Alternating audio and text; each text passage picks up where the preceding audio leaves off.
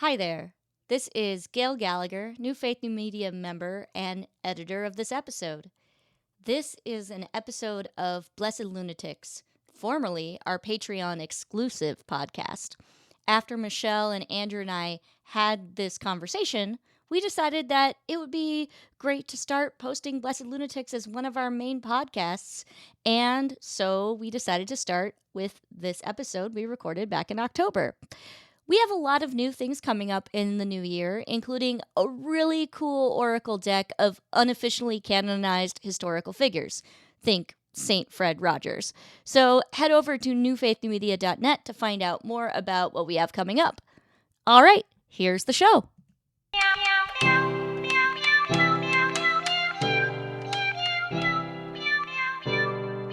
All right, here we are on another episode of Blessed Lunatics. I'm Gail Gallagher. And I'm Michelle Byerly. And I'm Andrew Miller. Yeah, and today we're talking about sports. This is a rather odd one, dear listener, because I'm not sure any of us would be considered like sports fans in the sense that like we obsessively watch sports in the traditional sense of the term. On the other hand, I also wonder if perhaps we should redefine the term sport. I wonder if, just to throw it out there, a sport is any form of entertainment where the outcome is not known. Then again, WrestleMania kind of throws a wrench into that. But, well, maybe it isn't a sport. Yeah. Thoughts? Well, and then is there a physical component that's required or not? Mm-hmm. No, that's always the question. Yeah. And that makes me think of the games that we play just in life, both in like a weird like mindset thing and like the games that we're playing as far as our like career goals go and all of that. So that's a whole life coachy rabbit hole I could go down. Yeah, I guess should we go around and be like, what are the things that you would consider sports that you care about? I think that's a good idea. So, Gail, what are the things of the sports that you, consider sports that you care about? I consider reality TV a sport. Specifically, Survivor, Great British Bake Off, and Amazing Race are my big ones. Also, Camp Wanakiki, I watched this season because my friend Coco was on it. I got into Big Brother a bit because someone I knew from the theater scene got on Big Brother. So like, but then also I consider the goals of what my friends are working on in their careers as a sport. I have a friend who has been going hard for a Grammy in the new age category, and she's very open about it with like her fans and people. And the joke is like I'm always just like sports go sports, whatever, she has something going with that. So yeah, so those are my sports. And also I will occasionally care about baseball. You Michelle. and I share a fandom in that regard. Oh, well, good. So, I have been known to watch a few of those reality shows as well, but actually the other day I got a little bit nostalgic and I watched the seasons of, there were two shows in the like 2010 to 2014 range. One was the show The Quest, which they have rebooted on Disney Plus. Okay. That was like it was basically LARPing as a reality show. What? Yeah, basically, because they had a storyline to it, but then like in the adult version, every week there was a character who was written out or whatever, and then there was the other show that was Whodunit, where they tried to solve mysteries by visiting certain scenes and trying to find clues, and then the intrigue of sharing information, and the person who failed each week got killed off, and then in the end you figured out who the killer was. And so anyway, so in the same regard, I'm kind of a reality TV person. Now here's the other thing. My brother never forgave me. I joke. I don't know if this is true or not. He probably doesn't hold against me too much, but I lived on the campus of the University of Nebraska-Lincoln and never went to a Nebraska Cornhusker football game.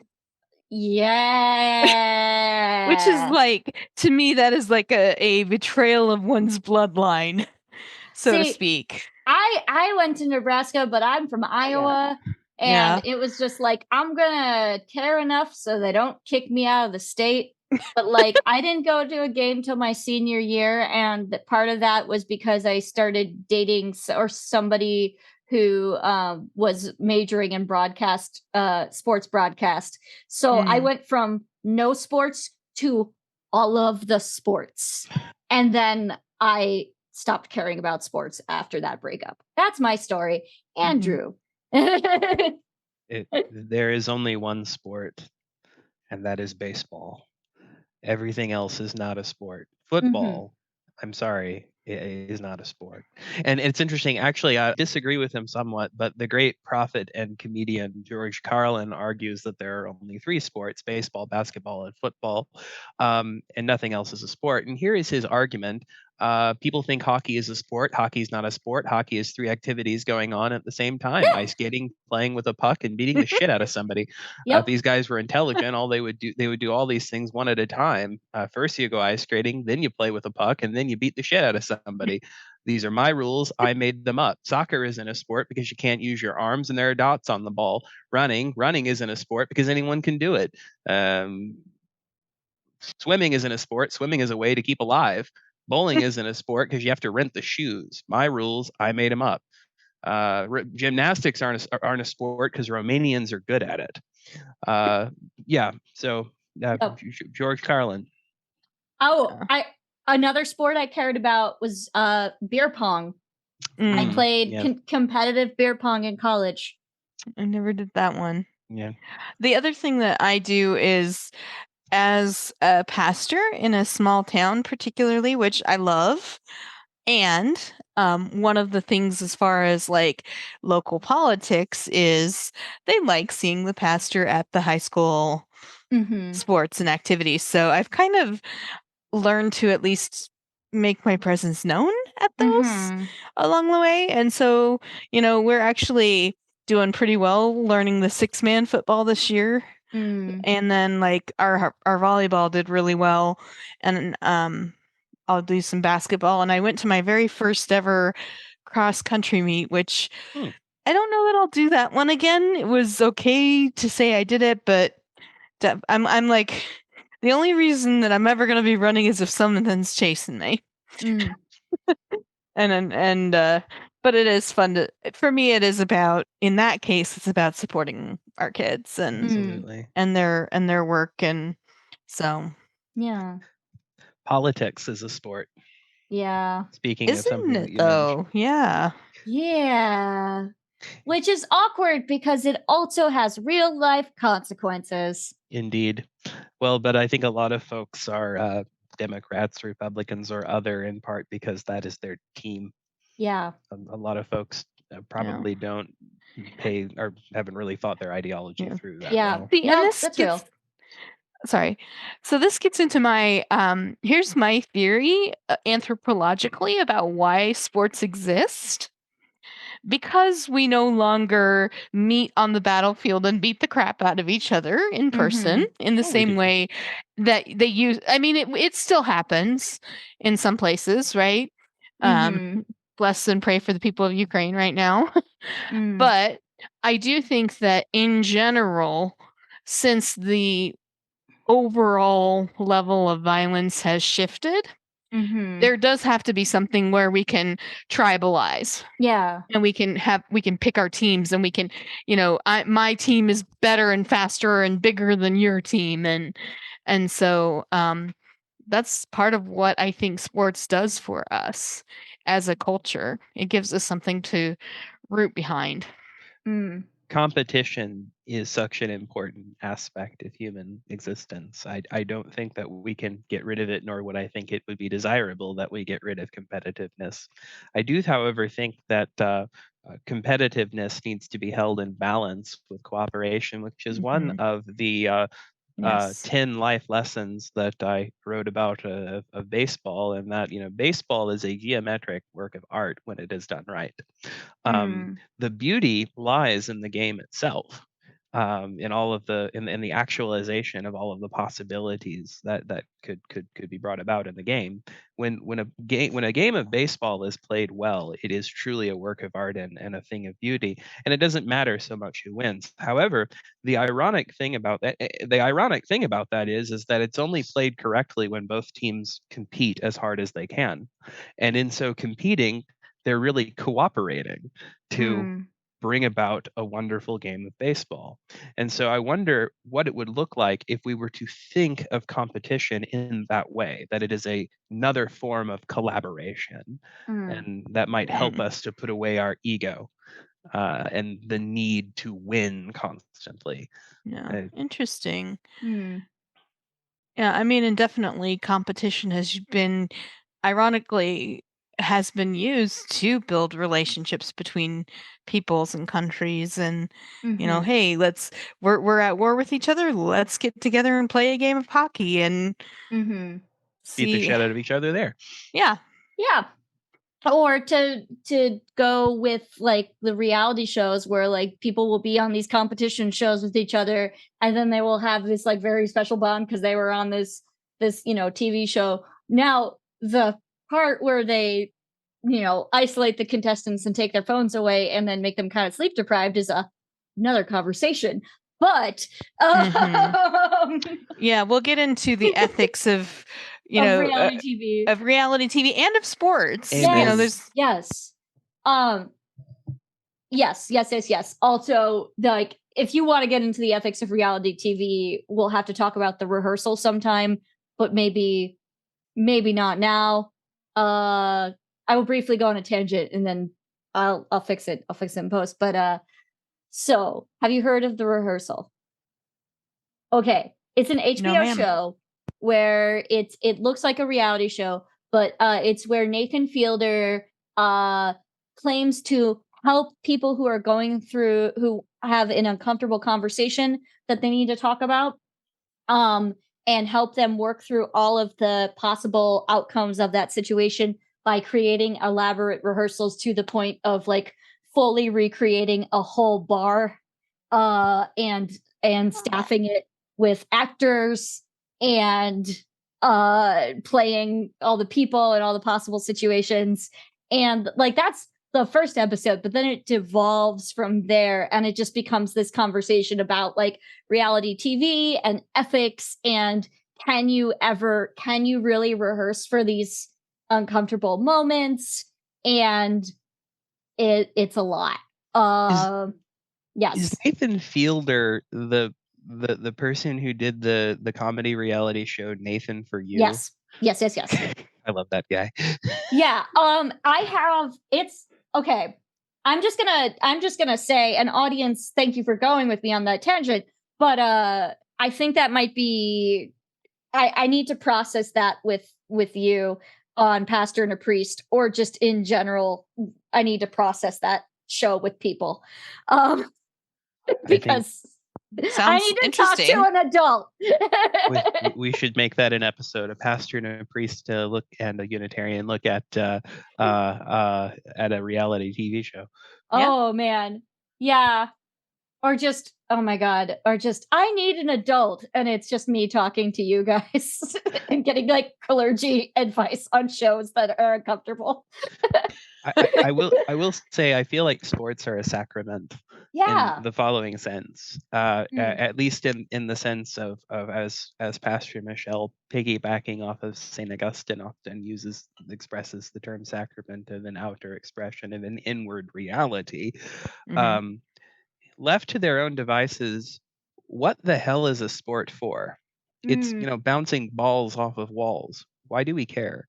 There's nothing that necessarily comes of playing a sport. It's a game, right? And yet I think that their power lies in their symbolism, and in the fact and the fact that people come to care so much about them that they really hurt themselves to the point they work so hard to the point of exhaustion and pain in order to be excellent at them. And I think when done well, that there's something really, really holy in the symbolism of the sports, especially baseball. But on the other hand, I think this might be a good time to get into the ethics of well, I mean, Olympic gymnasts begin when they're what, 6, 5, younger, and that's basically all they do. They're deprived of a childhood so that they can be excellent at this game. Why? Because it entertains people. Because people are entertained by it, and there's something deeply evil about that. And yeah, when I mean, I even see this. I cringed when I was watching some of our local volleyball, and I see girls with like stabilizers on knees and things like that, and I'm like, what is this going to do for the rest of your life? Right. And then like I was the one who kind of suggested we go into this because a couple weeks ago the Miami Dolphins quarterback Tua Tagovailoa, I can't say I'm terrible, I should learn to say his last name, but on the Sunday night game he took a pretty good hit, and then not too long after he was basically kind of stumbling a little bit. He apparently passed the concussion protocol, but now they have fired the doctor who was responsible for that because there were multiple errors, quote unquote. And then on that Thursday night, then he takes another hit, and he's laid out on the field with his hands kind of curled up in posturing. Yeah. And when I heard like posturing, and when I saw his hands like that, my mind went right back to my trauma bay. And we would see, and I was like, that's neurological damage that's happening if you're seeing that happen. Now, apparently, he's in the concussion protocol now. They're continuing to see how he goes, but to me, it's that ethical question of, is it worth a person's life to risk that? Yeah. And I think for me, there's such a power issue of, we're gonna give an 18-year-old, 19-year-old, 20-year-old $20 million a year to play this. Who's not gonna jump at that, and who's not gonna say, "Put me in, coach"? And yet there's a lot of people who are like, well, he's an adult, he can make decisions for himself. But one, not if you have a concussion, and again, two, the power dynamics of money in that case. And then we pay billions of dollars in franchising, merchandising, advertising for the Super Bowl. There's all these things, and so I just it really, like Andrew says, to what end? And then particularly the NFL has had issues with its covering up of issues like chronic traumatic encephalopathy, CTE, which is what happens when you get multiple concussions and your brain basically builds up a sludge of proteins in your brain, or issues of domestic violence, or those kinds of things. I mean, there's just a lot of things that it just doesn't have very clean hands. And then I will hand it over to Andrew to talk about what do we do when the sacrament of baseball is rendered unholy by performance enhancement. Well, there's that. There's, I mean, there's the passage in First Corinthians of whoever eats of this bread and drinks of this cup unworthily drinketh damnation to themselves. Right. I mean, the sacrament, any sacrament, is by definition powerful. It is an expression of power. There's power in symbols. There's power in mystical encounter. And as with anything that is powerful, it can be misused to great harm. The symbolism of the sacrament of, I especially, again, I can only really speak to baseball, but I imagine this is true of any sport, is that it mirrors and models life and teaches important life lessons about hard work and disciplining the ego and teamwork and all of that are very, very noble. On the other hand, at some point it becomes about entertainment. Mm-hmm. There's nothing wrong with entertainment, but at some point people kill themselves literally for the sake of entertaining others. Is Father Andrew going to talk about Marx today? This is my favorite game. Yes, he is. Oh wait. We need a little Wait. This is what I have handy. All right. Is Father Andrew going to talk about Marx today? You should make up play the Internationale. Wait. Wow. I don't know. But it's a little hard to do specific pitches, but that is the slide for it. Anyway, go on. The working class is not an economic strata, right? There are very, very wealthy working class people, and professional athletes are the case in point example of people who tend to be very, very well to do, and yet they don't own their own means of production. They don't own the stadiums, they don't own the fields. They are bingo. They sell their labor power for wages just as any worker. And even though they make a fairly substantial amount of money, it is nevertheless the case that they are exploited in a very real sense. And I especially see that in football, not just in the sense of all of the covering up of players' health issues, and that happens in baseball too, unfortunately, but also in the sense of I go back to the Colin Kaepernick issues and the idea that football, essentially, that the NFL wanted to control the political speech of its workers in order to I should say workers who a very large portion of whom are not are persons of color. And in order to appease an audience, a very large portion of whom are conservative white men. Yep. And this is it's a rather odd one, because I don't know what Marx would make of it, but it is an example of working class exploitation. Yeah. Well, and I once saw someone make a post on Facebook about their day where they kind of go through essentially like drills, and they're kind of measured and assessed before drafting. And it's kind of, someone made the argument that it's basically like at the slave auctions where owners would go around and like check teeth and all this stuff in it.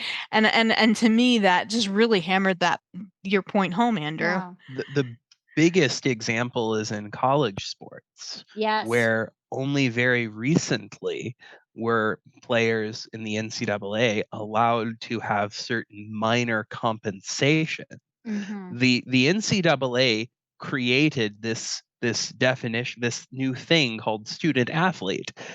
Sounds so noble and wonderful. You're a student athlete, a scholar, and a sportsman, right? Actually, the whole reason why they created that was so that they didn't have to compensate student athletes. In a very real sense, the NCAA is slave labor, because it generates billions of dollars a year, all of which are exploited by coaches, recruiters, college administrations, etc. Most of these people are of these athletes are not really students worthy of the name. Not that they're unworthy, it's just that they don't really do a lot of studying because they don't have time. Given a job that they aren't getting compensated for, that they're doing in addition to being in school. They're not really in school. Some of them are, most of them aren't. And their only real hope is that they will essentially go pro, and very, very few of them very, very few of them ever will. They are lured into this exploitative trap by the promise of the potential if they work hard enough, they'll go pro. And so all of this, and that even starts with the fact that younger and younger parents are pushing to get kids into sports because we have made the cost of college education so expensive that Right. it's very difficult to, I mean, sports is a way to guarantee scholarships. Mm-hmm. But those scholarships are only of merit if you can actually act upon them in the sense of, studying, Yeah. obtaining a degree, and, working into a profession. But if you really, play the sport the way you're supposed to, you're not going to have time for that. No. Yeah. So and then so you're lured into this situation with the promise of a ticket out of a bad situation into the possibility, the very, very slim chance of playing professional sports. You don't get to play professional sports, odds are. And furthermore, you're essentially back to square one because you don't have a degree either. Yeah.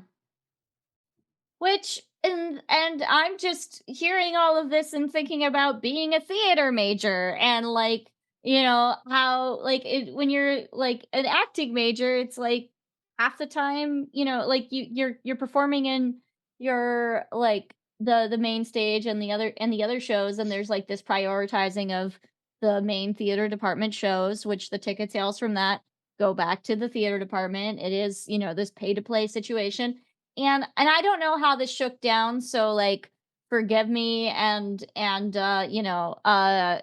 but like I know at one point the UNL's department was looking at like incorporating the rep theater, the professional theater as part of the main theater degree, so they just decided that the theater program was this professional program, but it used to be something where this is a summer job that would get you equity credit, and then if it's doing that throughout the year, when it's like something that you get a credit for during school, that's a different thing.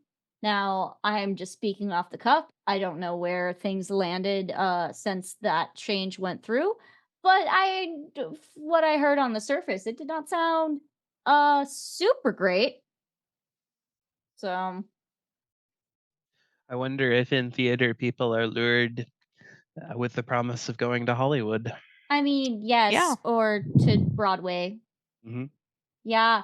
Well, and that's a whole other thing is like when you're in an acting program, you're kind of told like, well, like these are the kind of roles that you can play. Like you start to learn like this is your look, this is what you should go for. Like I was told that I should run off to Hollywood and play children, and I was like, "No."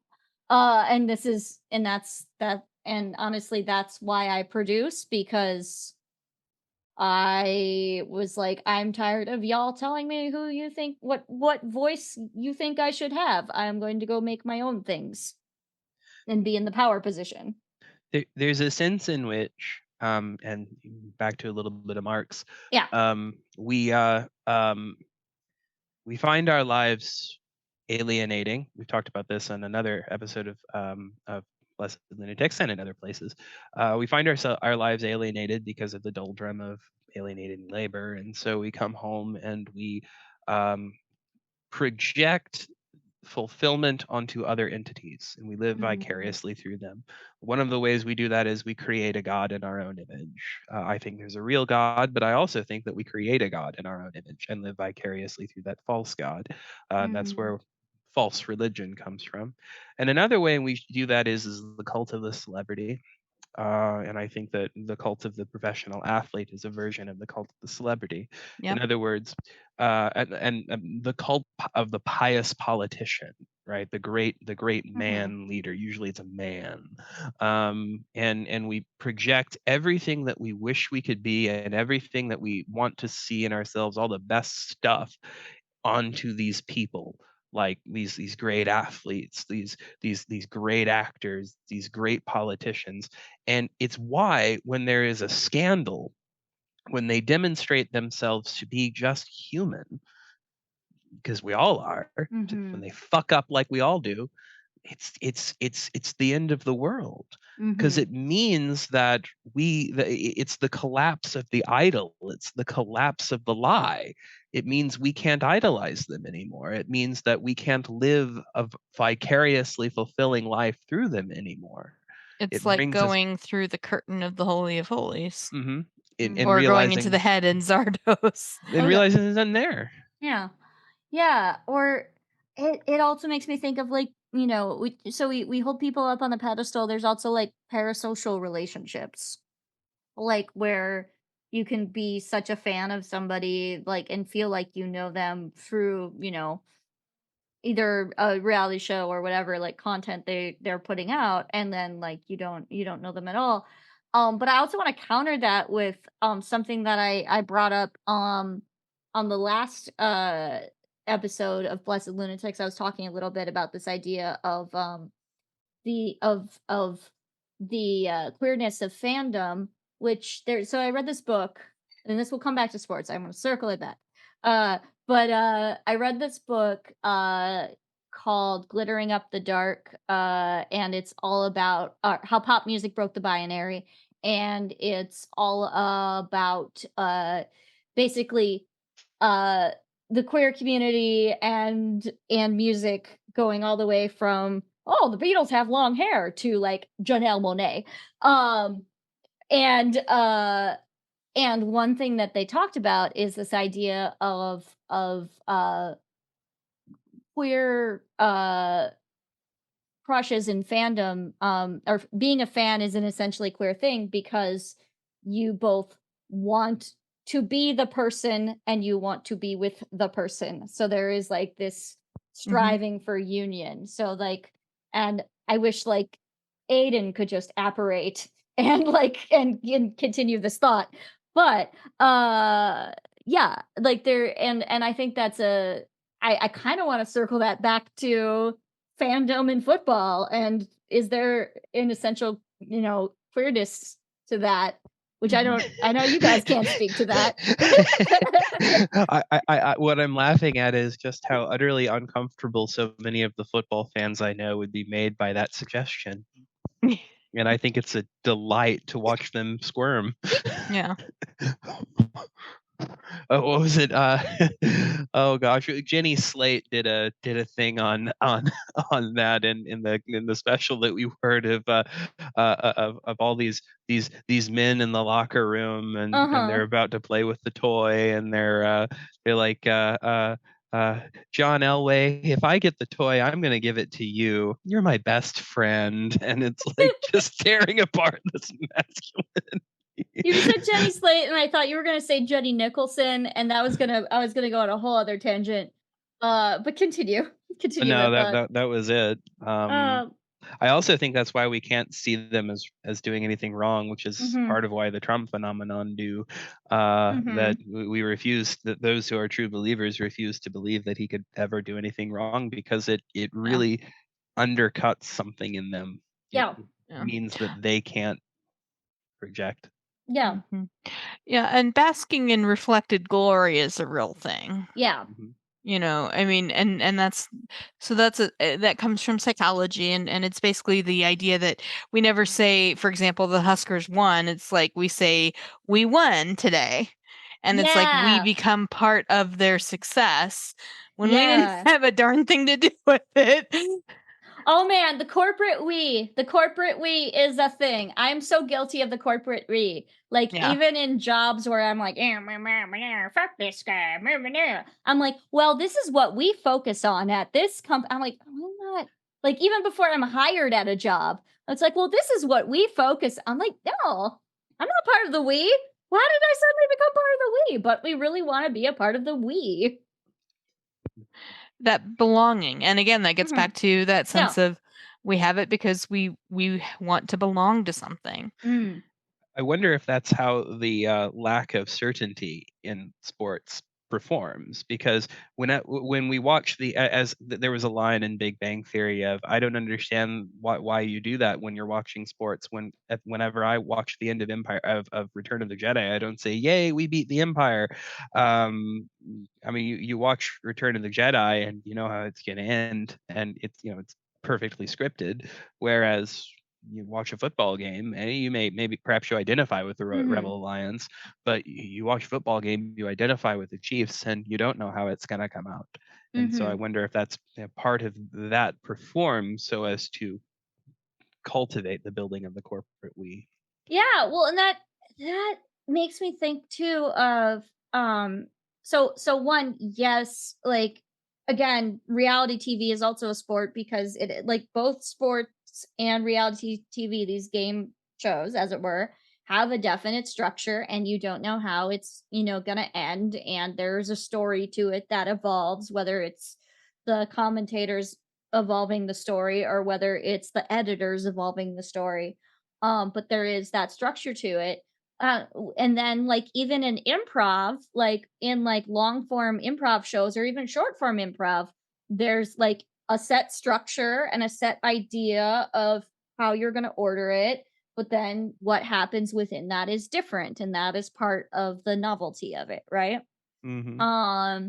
But that is different than say like I'm going to go see this musical that I know inside out and backwards, and like I guess the comparative to the Return of the Jedi thing is like there are Broadway productions where they have to do everything exactly to the choreography,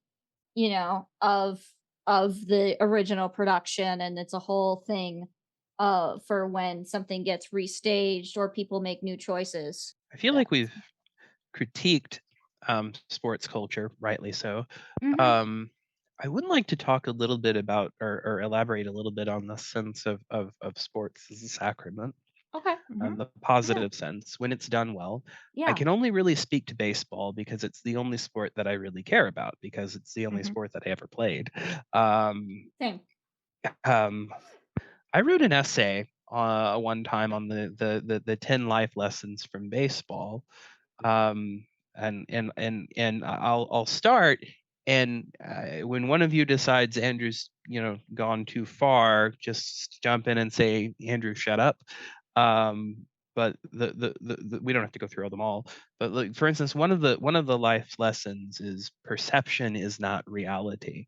So for baseball teaches you that perception is not reality. So for instance, when I was a kid, I was afraid of the ball. Of course I was afraid of the ball. It's hard. It hurts. When it hits you, it's going to be painful, right? Um, and when I stand in a batter's box, a well-thrown pitch, a well-thrown fastball that's right down the middle for a split second, especially if the pitcher is right-handed and you're right-handed, or if the pitcher is left-handed and you're left-handed, for a split second, the ball is going to look like it's coming right at you. And it's terrifying. It's not. It's coming right down the middle, right? It's not. It's going to miss you by a mile, but it looks like it's going to hit you head on. And learning the discipline to realize that just because it looks like it's going to hit me does not mean that's not the reality. It's not. That's not where it is. Another thing, if you're playing the outfield, because I played the outfield like most of the kids who really didn't have a lot of talent. I played the outfield. Yeah, Yep, same a here. fly ball. A fly ball looks like it's coming right at you. You put your glove up there, and it's like, I'm going to catch this ball. It's coming right towards me. And you realize your coach is yelling, back up!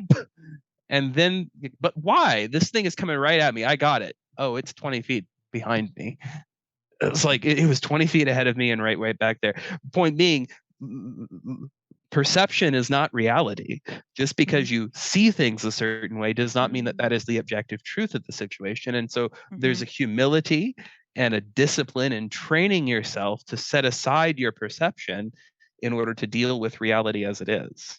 There's It a great also lesson means in that. so I saw something today where there was like state baseball, and there was someone who cheated essentially by not hitting third base, and they curved and went home. And so, sometimes that perception is more important than reality, is like that in football, that dog pile. And who, it doesn't matter who actually probably had it, it's who has it at the end. Yes. Yes. Related to that is the idea of how to deal with pain. And I think this is this is baseball and other sports as well, especially football, I'm sure. The ball is hard. When it hits you, it's going to hurt. And there is no way around that. Even if it's softball. Yeah. Oh, especially if it's softball. The softball is oddly enough as hard as the hard ball.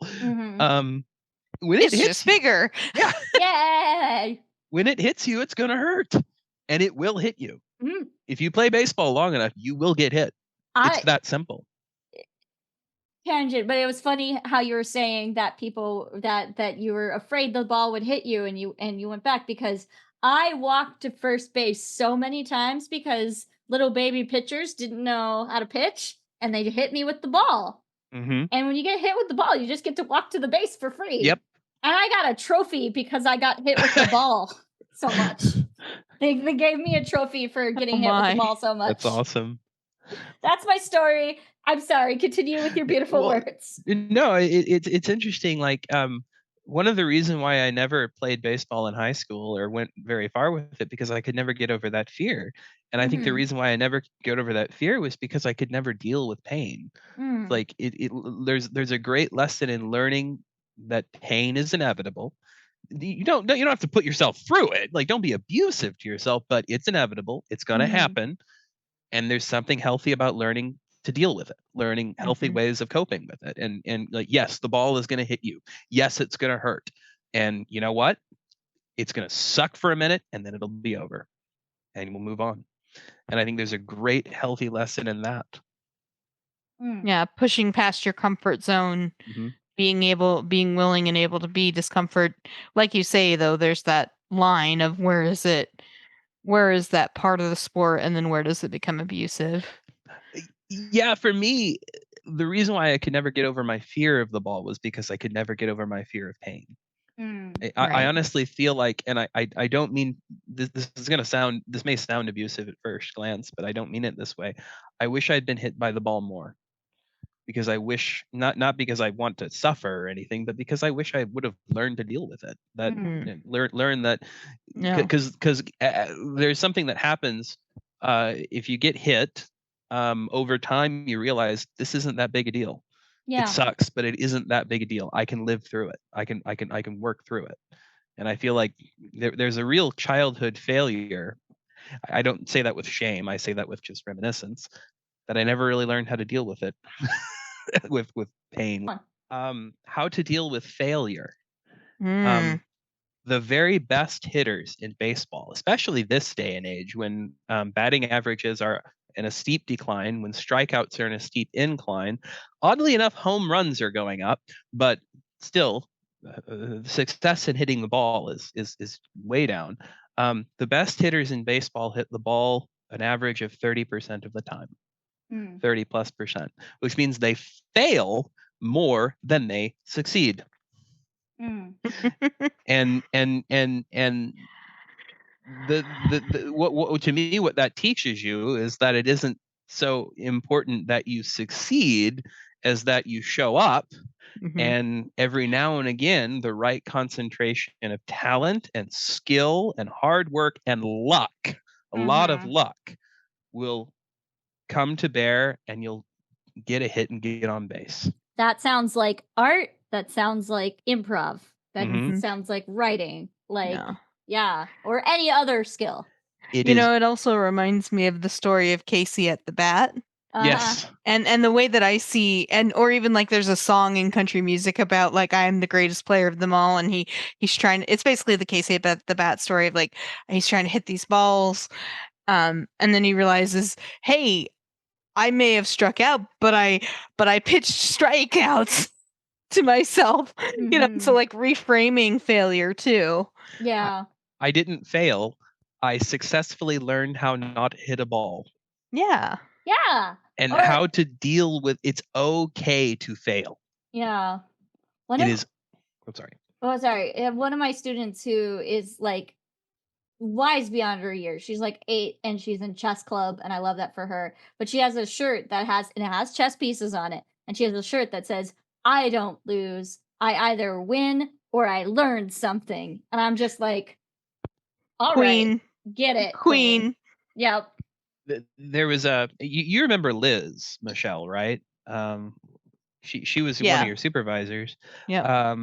She did a presentation once on the difference between self-compassion and self-esteem, and that one of the things that the baby boom generation has kind of screwed up on, and I say that with all the love in the world because we all screw up our children. It's inevitable. We're all going to do it. So, don't judge them, that is that they bought very much so into this idea of self-esteem parenting, and that's where this you don't really lose as long as you try, right? There's a difference between reframing failure and being dishonest about failure. Yeah. And there's a difference between saying you didn't really fail and saying, yeah, you failed, but that's okay. And Yeah. let's talk about it and let's learn from it. Right. Yeah. Right. Self-compassion is honesty. It's, yes, I failed, and yes, I fucked up. Well, let's get past it. Yeah. Versus, well, everybody gets a trophy. Everybody's a winner. Yeah. And the flip side of that is the putting a lot of weight on failure. Mhm. Like that is also not great. Well, you've got like you don't wanna be like, oh well, like there's something of learning that failure happens and also like being compassionate about it. Like it makes me think of like, like you're watching Great British Bake Off and like, someone messes up a bake and it's like, it's like, nah, Hollywood isn't gonna yell at you. He will be disappointed though.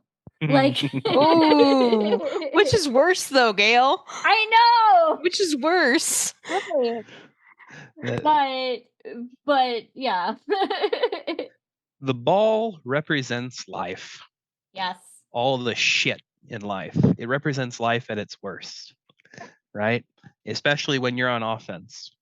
You're hitting, and baseball is odd in the sense that it is the defense that puts the ball into effect or puts the ball into play. The idea is that you bat away all the shit in life and you try to run from it. Well, here's the problem. You can run maybe 13, 14, 15 miles an hour. The ball travels at maybe 60 miles an hour. And if it's not being pitched by a really fast pitcher, in which case, upwards of 90 plus, right? You can't Right. outrun the ball. You cannot outrun life. You will get out. It'll catch up to you. But again, you show up and you run and you give it a go. And sometimes the right combination of talent, hard work, and luck, and that's the next lesson. It takes all of them. It's not just about talent. It's not just about working hard. You can't just pull yourself up by your bootstraps. It also takes luck. The right combination of those three things sometimes makes it work, and it's a beautiful experience. Mm-hmm. So as you were talking about some of these metaphors, and you can keep going with them, but I'm going to go on an excursus, if you will. Oh, please. So I wonder what metaphors of sport St. Paul would use today, because he used sports metaphors quite a bit, actually. I have run the race with faith. It's more of a military one, but it's still the armor of God. We can talk about our sports equipment that we put on. Put on the whole shoulder pads of God. Yeah. So, and then we get these Christian sports movies too. Mm-hmm. Like Facing the Giants and Overcomer, I think, is one of them. And of course there's varying quality. Some are decent, some are kind of but it's interesting that we talk about sports today and talk about the sports metaphors, but even in the Bible, they went and watched their people do sports, and they watched the Colosseum, and they watched the Olympics. And I'm not sure how I feel about football in general, because football is very consciously, intentionally aimed at mimicking war. Mm. And it's entertaining. I enjoy when I watch it. I'm captivated, but it's a very violent game, and I don't think there's anything inherently sinful in that.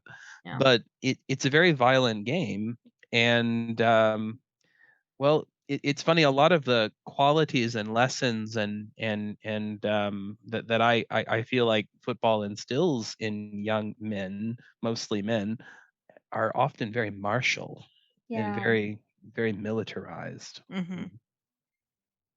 Yeah. Yeah, the coach is like the drill sergeant. You've got yeah. I mean, you could extend that metaphor. But Well, yeah, and even marching band is really militarized too. Mhm. But Well, perhaps they're outlets, or perhaps at their best they can be outlets. Perhaps there's Mhm. something. I mean, there is something to the fact that we need competition. It's part Mhm. of our DNA. Violence is part of our DNA, and perhaps there's a healthy Mhm. outlet for it. And play is the most effective teacher for Mhm. children. mm-hmm. You know, part of why we do childhood sports is because there are many lessons that kids do learn. Now, of course, we have to be aware of which ones those are. But I mean, there's nothing wrong with learning teamwork, cooperation, physical skill, discipline. Sometimes I really don't want to run those laps, but I know I need to. Well, and like theater and music is a sport in that in same instance. Like, like being a part of a group. Like it has those similar factors. Learning how to discipline oneself and deal with pain, Mm-hmm. and deal with the fact that someone's yelling at you and someone's disappointed in you. Mm-hmm. That's it's not an easy lesson, especially in a generation like mine raised by baby boomers, and I'm sure we're repeating our own patterns, Yeah. where I was essentially taught self-esteem, Mm-hmm. and I don't know how to be yelled at to this day. I would say it's one of the biggest problems that I face myself is I don't know how to be yelled at. I don't know Yeah. how to take it when someone's yelling at me. And I wish if I could go back and do anything in high school differently, I would have stayed in ROTC, because I would have wanted to learn how to deal with that. But See, as someone who had a drama teacher and a choir teacher that yelled a lot, and then learned in college that being in the moment on stage is not having anxiety about your person yelling at you, Mhm. I think that, I feel like, yeah, to some extent I probably could have learned how to be yelled at and not take it as personally, but also I think the different, maybe one of the divergence of sports versus creative fields is you have to create safe, brave spaces. You have to create brave Mhm. spaces in order for absolutely. the art to function. Yeah. And And there, yes. and that you can and that you can coach without having to do the yelling. Yeah. Because the best coaches are not the ones who necessarily yell all the time. They're the Mm-hmm. ones who get to understand who they're working with and how to bring the best out of that person. See, Mm-hmm. I'm not suggesting that it is a good thing or it's okay that Mm-hmm. my ROTC instructors yelled a lot. Um, but I do think that there is truth in the claim that, and I think this is part of why they did so very intentionally, that we're going to encounter people who will yell a lot, and how do we deal with that? Well, Yeah. here's how I wish I would deal with it, and how I Mhm. wish I could have learned to deal with it. Okay, Colonel Menendez, his guy's name was Colonel Menendez. Nice guy, but yeah, he yelled a lot. But okay, Colonel Menendez, I know you're disappointed and you're angry at me. That's your problem. And maybe I did fuck up. Maybe I did. Yeah. I don't know. But Yeah. and you respond to people fucking up by yelling at them. Well, it's your Yeah. problem. Yeah. I mean, like, Which I is think the quintessential Gordon Ramsay. All right, Gordon. You want to yell? Fine. That's your problem. Gordon, you Yeah. seem really upset. Yeah. Well, Oh my god! You could have killed someone. this chicken's raw. It's raw. Well, and yet on the other, so kind of to support your point too, Andrew. On the flip side of that, I started watching more of Hell's Kitchen and Kitchen Nightmares, and really what I saw was he wasn't so much yelling. If you did something right, he would acknowledge that. Yeah. What he yelled about were the things that could do harm or Yeah. could that it's like, okay, come on, you're better than this. Yeah. Gordon Ramsay also yells at people who think they're all that in a bag of chips. Yep. Mm-hmm. Gordon Ramsay doesn't yell at, for instance, if you and I've watched a lot of his work, he doesn't yell at children. No. He never yells at children, even if they screw up. He does not yell at people who are humble, who feel like they have something to learn. He yells Right. at people who think that they're the best. Mm-hmm. So, and I feel like there's something divine in that. Not that Gordon yeah. Ramsay is a very divine person, but any more than anyone else. I feel like that's whenever you see Jesus in the Gospels getting upset and yelling at people, it's because he's yelling at people who have ego. Yeah, and then that takes their ego down a peg. I also have to ask Michelle, have you ever looked at the cross section of how British Kitchen Nightmares is edited versus how American Kitchen Nightmares is edited? I haven't, but like there is definitely a difference between, like, I've watched the Great British Bake Off and how their reality competition works versus how American reality competition works. You know, to me, the Brits are so polite to each other, and they're like, "I'm so sorry, we have to send you off."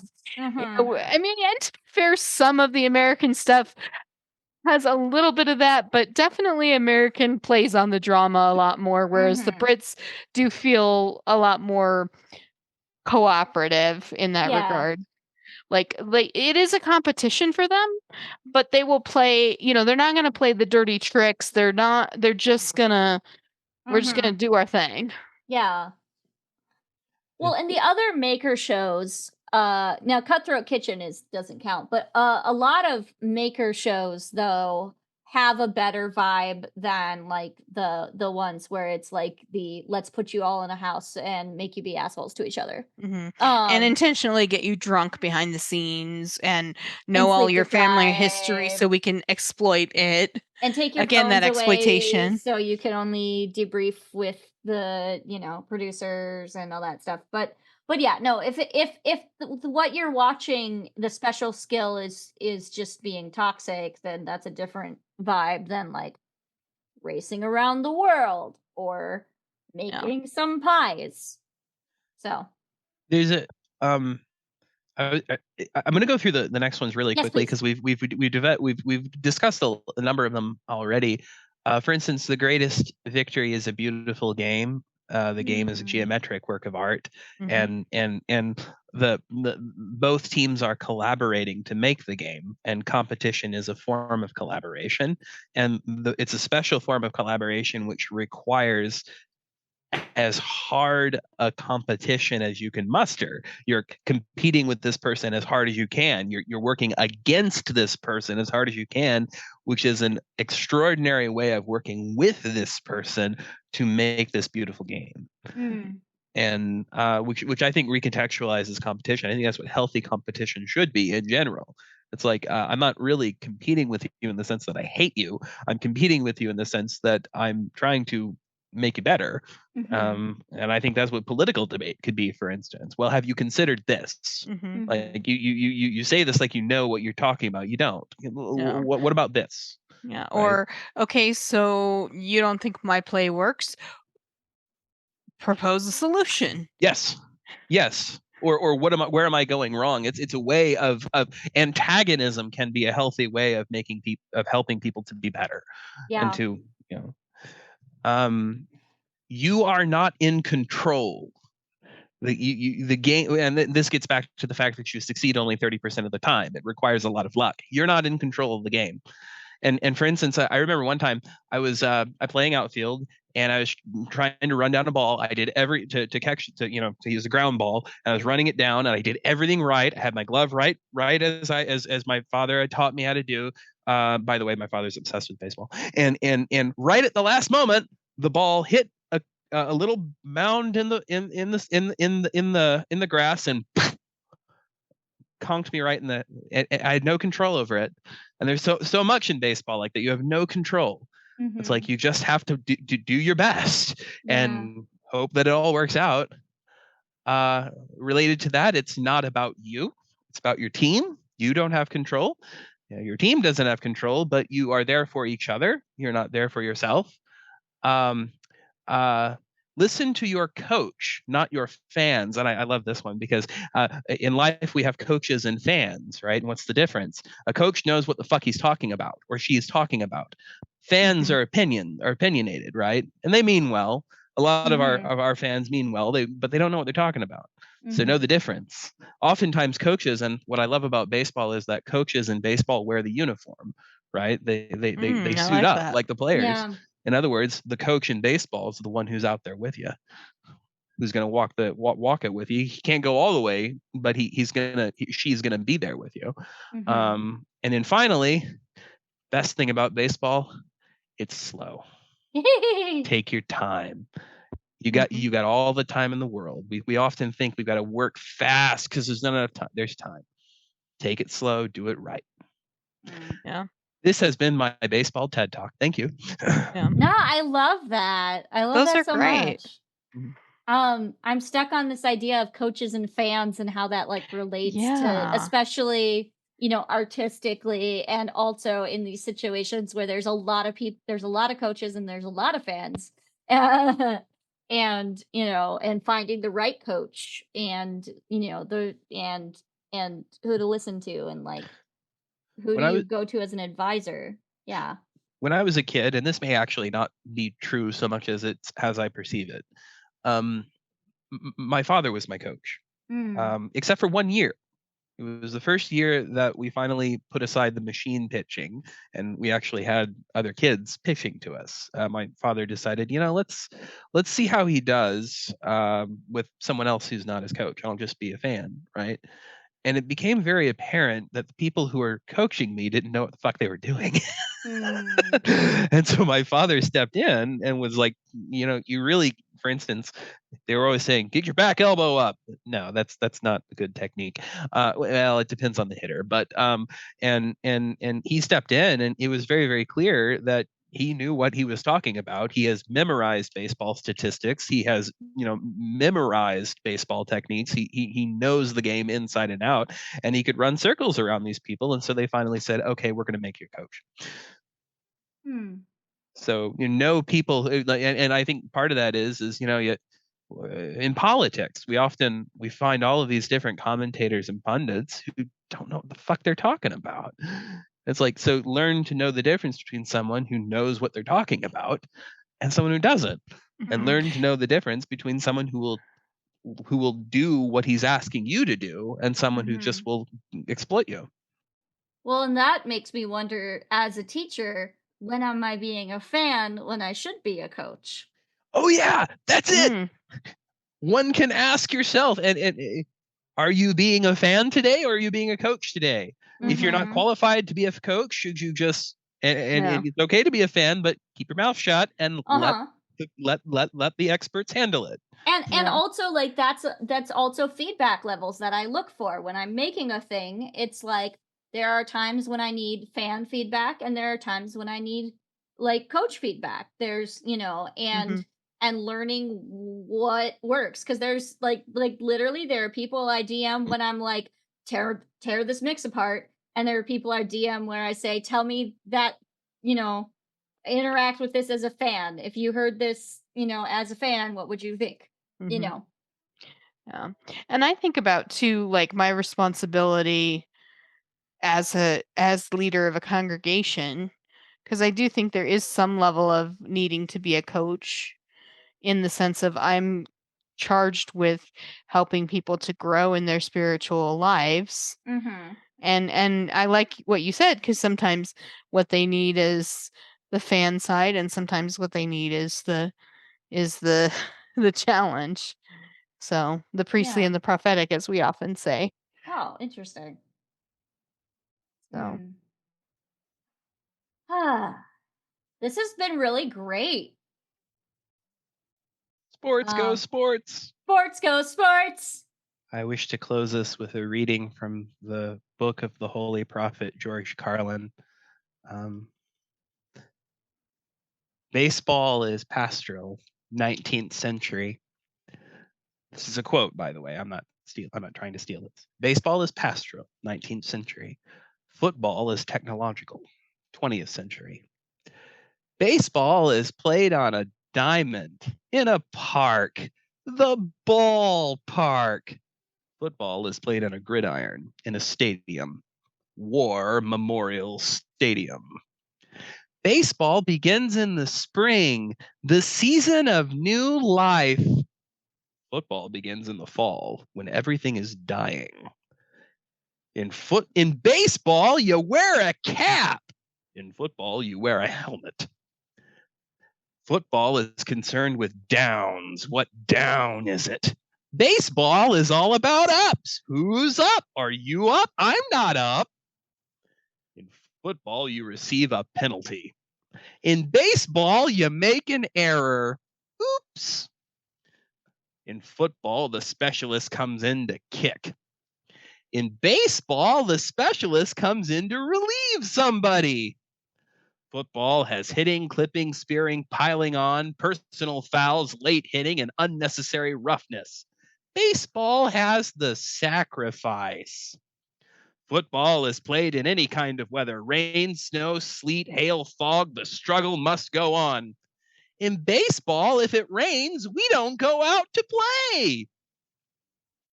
Baseball has the 7th inning stretch. Football has the 2-minute warning. In baseball, there's no time limit. We don't know how long we're going to play. We might even have extra innings. Football is rigidly timed, and it will end even if we have to go into sudden death. In baseball, during the game in the stands, there's kind of a picnic feeling. Emotions may run high, but there isn't too much unpleasantness. In football, during the game in the stands, you can be sure that at least 27 times during the game, you're capable of taking the life of a fellow human being.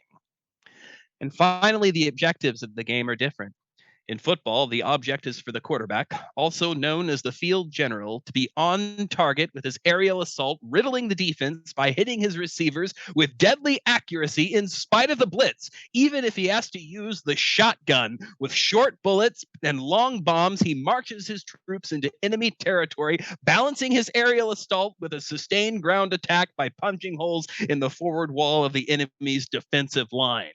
In baseball, the object is to go home and be safe. So say we all. Oh my god.